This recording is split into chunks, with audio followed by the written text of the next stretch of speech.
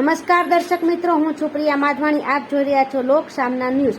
અમરેલીના બાબરા ખાતે આવેલ વિવેકાનંદ સ્કૂલમાં અનેક ગેરરીતિ ચાલતી હોય, જેમ કે ત્રીજા માળની પરમિશન ના હોય, ઉપર પતરા લાગેલ હોય, ગ્રાઉન્ડ સાર્વજનિક હોય. આવી અનેક ગેરરીતિને લઈ જિલ્લા શિક્ષણ અધિકારીનો લોક સામના ટીમ દ્વારા સંપર્ક કરતા જણાવેલ કે વિવેકાનંદ સ્કૂલની માન્યતા રદ કરવા માટે રિપોર્ટ કરાવેલ છે.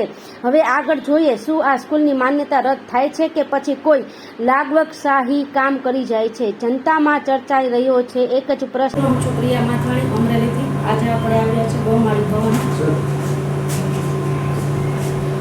બાબરામાં સાહેબ જે વિવેકાનંદ સ્કૂલ છે એને ઘણા સમયથી વિવાદ ચાલી રહ્યો છે. ત્યાં ત્રીજો માળની પરમિશન નથી, છતાં પણ ત્રીજો માળ લેવાનો છે અને ત્યાં પતરા નખાણ. કાલ સવારે વાવાઝોડામાં કાંઈ પણ અકસ્માત થાય તો એનું જવાબદાર કોણ?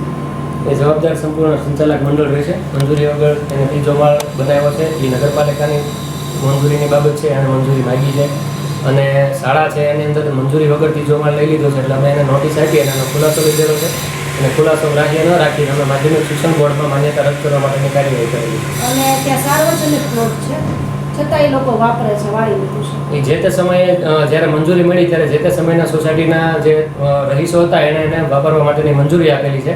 એનો ભાડા કરાર એની પાસે છે અને એના આધારે જે તે સમયે સ્કૂલને મંજૂરી આપેલી છે. એટલે એમાં એ સ્કૂલ પાસે મંજૂરી છે જે તે સમયની. ફરી મળીશું એક નવા સમાચાર સાથે. ત્યાં સુધી જોતા રહો લોક સામના ન્યૂઝ.